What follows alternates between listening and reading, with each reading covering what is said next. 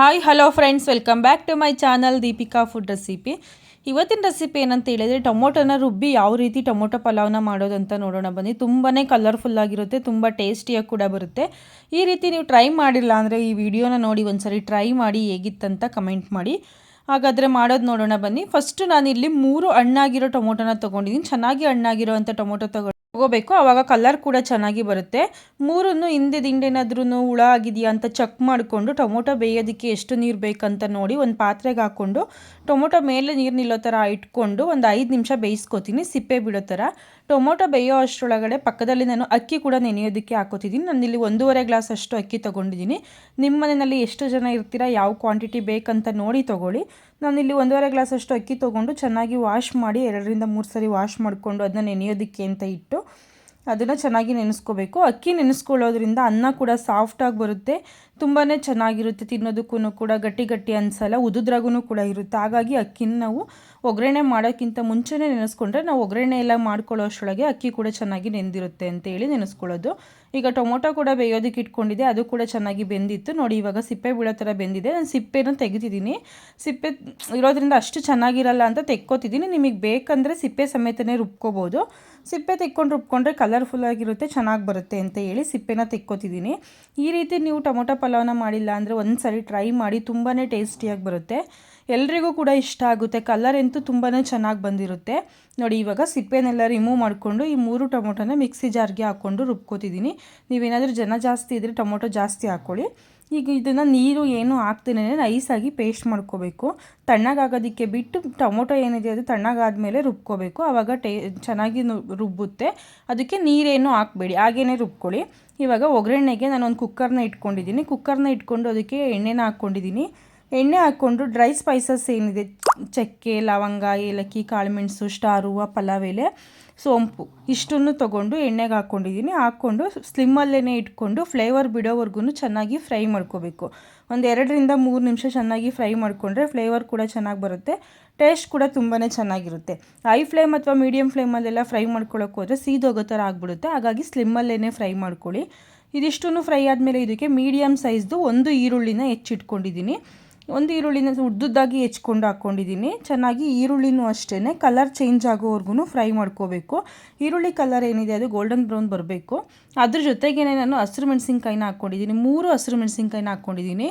ನಾವಿಲ್ಲಿ ಟೊಮೊಟೊ ಪಲಾವ್ ಮಾಡ್ತಿರೋದ್ರಿಂದ ಜಾಸ್ತಿ ಹಸಿರು ಮೆಣಸಿನ್ಕಾಯಿ ಹಾಕಿದರೆ ಅಷ್ಟು ಟೇಸ್ಟ್ ಇರೋಲ್ಲ. ಸ್ವಲ್ಪ ಖಾರದ ಪುಡಿ ಕೂಡ ಹಾಕ್ಕೊಳ್ಳೋದ್ರಿಂದ ನಾನು 3 ಹಸಿರು ಮೆಣಸಿನ್ಕಾಯಿ ಸಾಕಾಗುತ್ತೆ ಅಂತ ಹಾಕ್ಕೊಂಡಿದ್ದೀನಿ. ಈಗ ಹಸಿರು ಮೆಣಸಿನ್ಕಾಯಿನೂ ಹಾಕ್ಕೊಂಡು ಈರುಳ್ಳಿ ಕಲರ್ ಚೇಂಜ್ ಆಗಬೇಕು, ಅಲ್ಲಿವರೆಗೂ ಫ್ರೈ ಮಾಡಬೇಕು ನೋಡಿ. ಈ ರೀತಿ ಈರುಳ್ಳಿ ಕಲರ್ ಚೇಂಜ್ ಆಗಬೇಕು, ಆವಾಗನೇ ಟೇಸ್ಟ್ ಕೂಡ ತುಂಬ ಚೆನ್ನಾಗಿ ಬರುತ್ತೆ. ಈಗ ನಾನು ಅದಕ್ಕೆ ಕರಿಬೇವಿನ ಸೊಪ್ಪು ಕೂಡ ಹಾಕ್ಕೊಂಡಿದ್ದೀನಿ.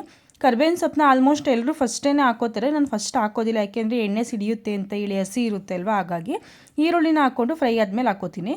ಈಗ ಇದಕ್ಕೆ ನಾನು 1 ಟೇಬಲ್ ಸ್ಪೂನಷ್ಟು ಶುಂಠಿ ಬೆಳ್ಳುಳ್ಳಿ ಪೇಸ್ಟ್ನ ಹಾಕ್ಕೊಂಡಿದ್ದೀನಿ. ಶುಂಠಿ ಬೆಳ್ಳುಳ್ಳಿ ಪೇಸ್ಟನ್ನು ಹಾಕ್ಕೊಂಡು ಅದರಲ್ಲಿ ಏನು ಹಸಿ ಸ್ಮೆಲ್ ಇರುತ್ತೆ ಅದು ಹೋಗೋ ಥರ ಚೆನ್ನಾಗಿ ಫ್ರೈ ಮಾಡ್ಕೋಬೇಕು. ಆವಾಗ ಟೇಸ್ಟ್ ಕೂಡ ತುಂಬಾ ಚೆನ್ನಾಗಿ ಬರುತ್ತೆ. ಶುಂಠಿ ಬೆಳ್ಳುಳ್ಳಿ ಪೇಸ್ಟ್ನ ಫ್ರೈ ಮಾಡ್ಕೊಂಡ್ಮೇಲೆ ಇದಕ್ಕೆ ಸ್ವಲ್ಪ ಕೊತ್ತಂಬರಿ ಮತ್ತು ಸ್ವಲ್ಪ ಪುದೀನನ ಕಟ್ ಮಾಡ್ಕೊಂಡು ಹಾಕ್ಕೊಂಡಿದ್ದೀನಿ.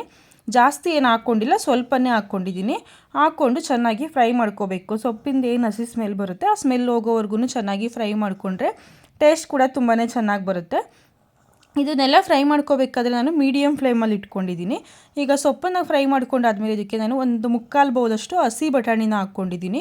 ನೀವು ಒಣ ಬಟಾಣಿ ಇದ್ದರೆ ಬೇಯಿಸ್ಕೊಂಡು ಕೂಡ ಹಾಕ್ಕೋಬೋದು, ಇಲ್ಲ ಅಂತ ಹೇಳಿದ್ರೆ ಒಣ ಬಟಾಣಿನ ನೆನೆಸ್ಕೊಂಡು ಕೂಡ ಹಾಕ್ಕೋಬೋದು. ನಾನು ಹಸಿ ಬಟಾಣಿ ಹಾಕ್ಕೊಂಡಿರೋದ್ರಿಂದ ಫ್ರೆಶ್ ಆಗಿಯೇ ಹಾಕ್ಕೊಂಡಿದ್ದೀನಿ. ಬಟಾಣಿನ ಹಾಕ್ಕೊಂಡು ಒಂದು 2 ನಿಮಿಷ ಫ್ರೈ ಮಾಡ್ಕೋಬೇಕು. ತುಂಬ ಹೊತ್ತೇನು ಫ್ರೈ ಮಾಡೋ ಅವಶ್ಯಕತೆ ಇಲ್ಲ. 2 ನಿಮಿಷ ಫ್ರೈ ಮಾಡ್ಕೊಂಡ್ಮೇಲೆ ಟೊಮೊಟೊನ ರುಬ್ಬಿ ಪೇಸ್ಟ್ ಮಾಡಿ ಇಟ್ಕೊಂಡಿದ್ದೆ ಅಲ್ವಾ, ಆ ಟೊಮೊಟೊ ಪೇಸ್ಟನ್ನು ಹಾಕ್ಕೋತಿದ್ದೀನಿ.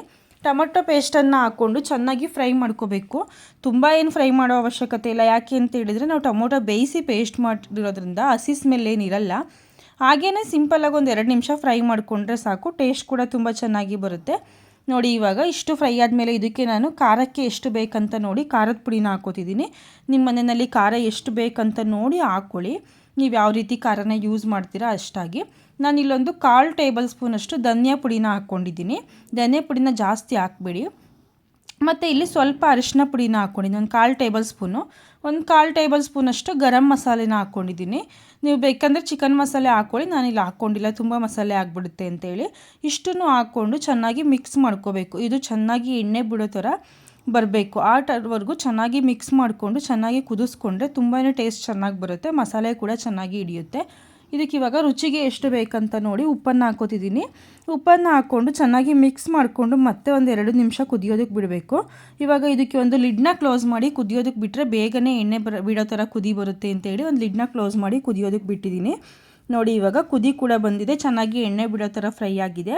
ಇವಾಗ ಇದಕ್ಕೆ ನಾನು ಚೆನ್ನಾಗಿ ಎಷ್ಟು ನೀರು ಬೇಕಂತ, ನಾವು ಎಷ್ಟು ಅಕ್ಕಿನ ತೊಗೊಂಡಿದ್ದೀವಿ ಅದು ಅಳತೆನಲ್ಲಿ ನೀರನ್ನು ಹಾಕ್ಕೋತೀನಿ. ನಾನು ಇಲ್ಲಿ 1.5 ಗ್ಲಾಸಷ್ಟು ಅಕ್ಕಿ ತೊಗೊಂಡಿರೋದ್ರಿಂದ 3 ಗ್ಲಾಸಷ್ಟು ನೀರನ್ನ ತೊಗೊಂಡಿದ್ದೀನಿ. ನೀರನ್ನು ಅದೇ ಗ್ಲಾಸಲ್ಲೇ ಅಳತೆ ಹಾಕ್ಕೊಂಡು 3 ಗ್ಲಾಸಷ್ಟು ನೀರನ್ನ ಹಾಕ್ಕೊಂಡಿದ್ದೀನಿ. ನೀವು ಅಕ್ಕಿ ಎಷ್ಟು ತೊಗೊಂಡಿರ್ತೀರ ನೋಡಿ 1:2 ರೇಷಿಯೋದಲ್ಲಿ ನೀರನ್ನು ಹಾಕ್ಕೊಳ್ಳಿ, ಆವಾಗ ಪರ್ಫೆಕ್ಟ್ ಅಳತೆನಲ್ಲಿ ಬರುತ್ತೆ, ತುಂಬಾ ಚೆನ್ನಾಗಿ ಬರುತ್ತೆ. ಇವಾಗ ನಾನು 3 ಗ್ಲಾಸಷ್ಟು ನೀರನ್ನ ಹಾಕ್ಕೊಂಡು ಚೆನ್ನಾಗಿ ಒಂದು ಸರಿ ಮಿಕ್ಸ್ ಮಾಡಿಕೊಂಡು ಇದನ್ನು ಕುದಿಯೋದಕ್ಕೆ ಬಿಡಬೇಕು. ನೀರನ್ನು ಹಾಕಿದ ತಕ್ಷಣವೇ ಅಕ್ಕಿನ ಹಾಕೋಕ್ಕೆ ಹೋಗಬಾರ್ದು, ನೀರು ಚೆನ್ನಾಗಿ ಕುದಿ ಬರಬೇಕು, ಅಲ್ಲಿವರೆಗೂ ವೆಯ್ಟ್ ಮಾಡಬೇಕು. ನೋಡಿ ಇವಾಗ ಮತ್ತೆ ಒಂದು ಲಿಡ್ನ ಕ್ಲೋಸ್ ಮಾಡಿ ನೀರನ್ನ ಕುದಿಯೋದಕ್ಕೆ ಬಿಟ್ಟು ನೀರು ಕುದಿಯೋಷ್ಟರೊಳಗಡೆ ಅಕ್ಕಿ ನೀರೇನಿರುತ್ತೆ ಅದನ್ನೆಲ್ಲ ತೆಕ್ಕೊಂಡು ರೆಡಿ ಮಾಡ್ಕೊಂಡು ಇಟ್ಕೊಂಡಿದ್ದೀನಿ. ಇವಾಗ ಇದು ಪಲಾವ್ದು ನೀರು ಕೂಡ ಚೆನ್ನಾಗಿ ಕುದಿ ಬಂದಿದೆ.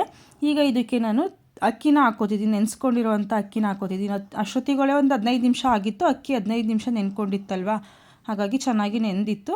ಹಾಗಾಗಿ ಇವಾಗ ಅಕ್ಕಿನ ಹಾಕ್ಕೊಂಡು ಸಾಫ್ಟಾಗೇ ಮಿಕ್ಸ್ ಮಾಡ್ಕೋಬೇಕು, ತುಂಬ ರಫಾಗಿ ಮಿಕ್ಸ್ ಮಾಡಬಾರ್ದು. ಯಾಕಂತ ಹೇಳಿದ್ರೆ ಅಕ್ಕಿ ನೆಂದಿರುತ್ತೆ ಅಲ್ವಾ, ಕಟ್ಟಾಗೋ ಥರ ಆಗಿಬಿಡುತ್ತೆ, ಆವಾಗ ಅನ್ನ ಎಲ್ಲ ಒಂದು ಸ್ವಲ್ಪ ಇದಾದಂಗೆ ಆಗಿಬಿಡುತ್ತೆ, ಚೆನ್ನಾಗಿರಲ್ಲ.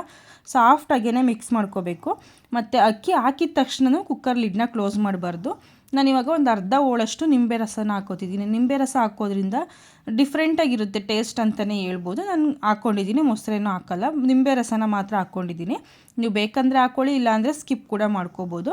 ಈಗ ಇದಕ್ಕೆ ಲಾಸ್ಟಲ್ಲಿ ಸ್ವಲ್ಪ ಕೊತ್ತಂಬರಿ ಸೊಪ್ಪನ್ನ ಹಾಕ್ಕೊಂಡಿದ್ದೀನಿ. ಕೊತ್ತಂಬರಿ ಸೊಪ್ಪನ್ನ ಹಾಕೊಂಡು 1 ಟೇಬಲ್ ಸ್ಪೂನಷ್ಟು ಕಸ್ತೂರಿ ಮೇಥಿನ ಹಾಕ್ಕೊಂಡಿದ್ದೀನಿ.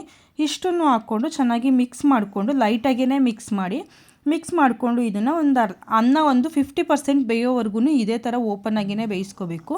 ಕುಕ್ಕರ್ ಲಿಡ್ನ ಕ್ಲೋಸ್ ಮಾಡಬಾರ್ದು.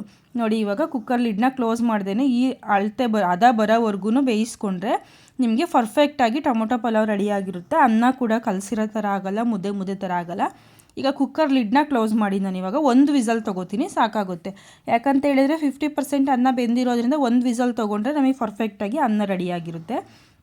ಈಗ 1 ವಿಸಲ್ ತೊಗೊಂಡು ಕುಕ್ಕರ್ ವಿಸಲೆಲ್ಲ ಹೋದ್ಮೇಲೆ ಓಪನ್ ಮಾಡಿ ತೋರಿಸ್ತಿದ್ದೀನಿ. ನೋಡಿ ಯಾವ ರೀತಿ ಬಂದಿದೆ ಟೊಮೊಟೊ ಪಲಾವ್ ಅಂತ, ತುಂಬಾ ಟೇಸ್ಟಿಯಾಗಿ ಬಂದಿದೆ. ಅನ್ನ 50% ಆದಮೇಲೆ ಲಿಡ್ನ ಕ್ಲೋಸ್ ಮಾಡಿರೋದ್ರಿಂದ ಮಸಾಲೆ ಏನು ಮೇಲಿರೋ ಥರ ಇಲ್ಲ, ಚೆನ್ನಾಗೇ ಆಗಿದೆ, ತುಂಬಾ ಕಲರ್ಫುಲ್ಲಾಗಿದೆ.